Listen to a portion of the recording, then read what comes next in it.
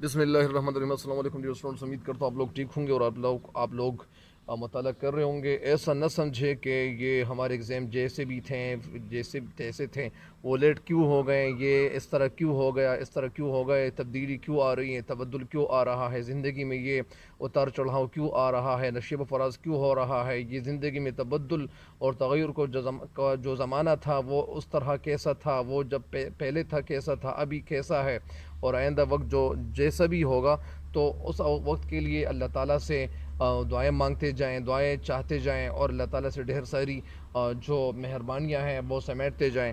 تو آپ لوگ ایسا کریں کہ سب سے پہلے اپنے مطالعے کے حوالے سے سوچتے جائیں، اور مطالعہ جو آپ کا جتنا عمق ہوگا، گہرا ہوگا، تو وہ اتنا ہی مضبوط ہوگا، اتنا ہی اچھا ہوگا۔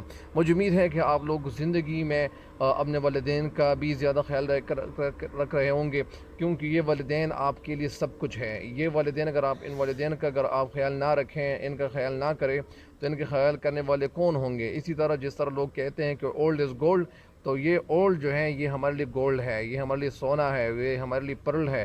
تو اسی وجہ سے ان کا خیال ڈھیر سارا رکھیں تاکہ آپ لوگ کامیاب ہوں، ان سے دعائیں لیتے جائیں تاکہ آپ لوگوں کو کامیابی ملتی جائیں۔ میں آپ کو ایک بات یہ بھی بتانا چاہتا ہوں کہ آپ لوگ یہ سمجھ رہے ہوں گے کہ یار ہم اگر تیاری کریں گے تو کیسے کریں گے۔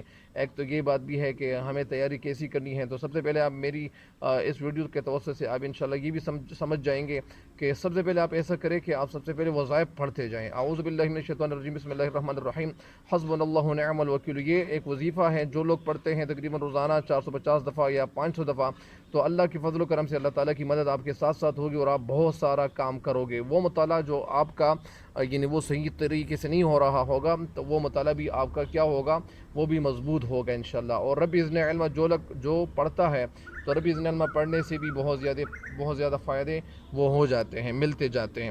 آج بڑھتے ہیں نیکسٹ شعر کی طرف، اگلے شعر کی طرف۔ یہ آج کا صرف ایک شعر کی تشریح کریں گے انشاءاللہ۔ بسم اللہ الرحمن الرحیم۔ شعر کیا ہے؟ رشتے جا تھا کبھی جس کا خیال، اس کی صورت بھی تو اب یاد نہیں۔ رشتے جا کے کیا معنی ہے؟ یعنی جان کا رشتہ، جو جان کا تعلق ہے، وہ رشتہ جو جس کے ساتھ آپ کنیکٹڈ ہو، کبھی جس کا خیال اس کی صورت بھی تو اب یاد نہیں۔ یعنی شاعر اس شعر میں اس کا مفہوم کیا ہے؟ اس کی صورت یعنی اس کی شکل اب یاد نہیں۔ رشتہ جا تھا یعنی وہ میرے جان کا ایک رشتہ تھا، ان کے ساتھ میرا ایک کنیکشن تھا، اس کے ساتھ میرا ایک تعلق تھا۔ رشتہ جا یعنی ایک تعلق تھا اور جان کا رشتہ تھا۔ کبھی جس کا خیال یعنی جس کا خیال میں رکھتا تھا اور میرا وہ ان کے ساتھ بڑا گہرا تعلق تھا، اس کی صورت بھی تو اب یاد نہیں۔ اب اس کی شکل اور ان کی جو صورت ہے اب میں بھول چکا ہوں۔ اس کی آپ یہ ایک مفہوم ہے تو آپ کو بتا چکا ہوں۔ دوسرا پھر سنیں اس مفہوم کو، پھر سنیں اس کا مفہوم کیا ہے۔ یعنی کبھی جس محبوب کا خیال بھی جسم کا ایک حصہ ہوا کرتا تھا، وجود کا ایک حصہ ہوا کرتا تھا، اب اس کی صورت بھی بھول چکے ہیں، اب اس کی صورت، اب اس کی شکل میں بھول چکا ہوں۔ شاعر اس شعر کی تشریح میں کیا کہتے ہیں؟ شاعر اس شعر میں کہتے ہیں کہ شاعر نصیر کاظمی اس شعر میں کہنا یہ چاہتے ہیں کہ ایک وقت تھا، ایک زمانہ تھا، ایک دور تھا، ایک وقت تھا کہ محبوب کا تصور اور اس کا خیال میرے لیے بہت کچھ تھا، میرے لیے بہت کچھ تھا، اور میں اس کو اہمیت دیتا تھا۔ وہ میرے لیے بڑا امپورٹنٹ تھا، بڑا اہم تھا، اور وہ میرے لیے بڑا مہم تھا، اہم تھا۔ اس کا تصور، اس کا سوچنا، اس کے حوالے سے خیال کرنا اور خیالوں میں ان کے بارے میں سوچنا، اور اس سے غفلت میرے لیے موت کے برابر تھی۔ اگر میں ان کو تصور میں لاتا تو تصور میں لانا وہ میرے لیے ایک زندگی تھی، اور جب میں ان کو بھول جاتا تو وہ بھول جانا میرے لیے موت کے برابر تھا۔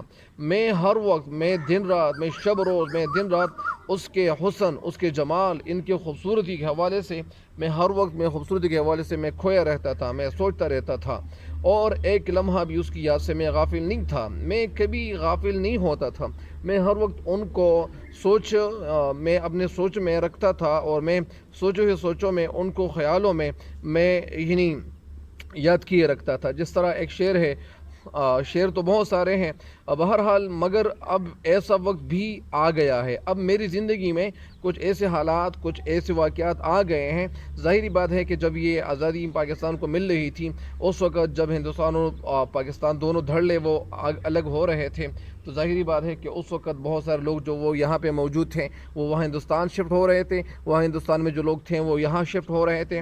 تو جب شفٹنگ یہ ایک جگہ سے دوسری ہو رہی تھی تو ظاہری بات ہے کہ یہ جو شاعر تھے, ان کے جو دوست تھے, ان کے جو احباب تھے, ان کے جو محبوب تھے تو وہ وہاں رہ گئے ہیں.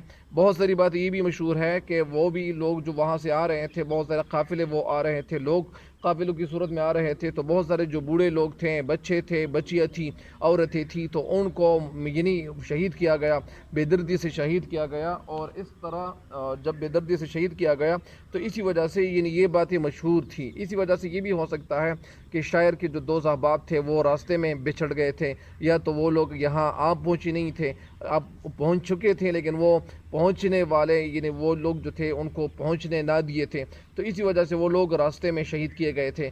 ظاہری بات ہے کہ جب ایسا عالم ہو, ایسا وقت ہو, تو پھر ہر ایک کے لیے اپنی جان بچانا وہ بڑا مشکل کام ہوتا ہے. اسی وجہ سے باتیں یہ کہہ رہے ہیں, مگر یہ شاعر کہتے ہیں کہ مگر اب وہ وقت آ گیا ہے, ایسا وقت آ گیا ہے کہ میں وہ سب باتیں, جتنی بھی باتیں تھیں, جتنے بھی تصورات تھے, جتنے بھی تخیلات تھے, جتنے قصے میں نے سوچے تھے, جتنے داستان میں نے سوچے تھے, جتنی باتیں جو تھی وہ تاریخ کا حصہ بن چکی ہے, اب میں وہ تاریخ کے حصوں کے حوالے سے میں سوچنے یعنی اگر میں ان کو سوچوں بھی تو وہ خیالات میں اگر میں ان خیالات کو ایک دفعہ پھر سوچنا شروع کر لوں, ان خیالات کی دنیا میں چلا جاؤں, لیکن میں وہ ساری چیزیں میں بھول چکا ہوں.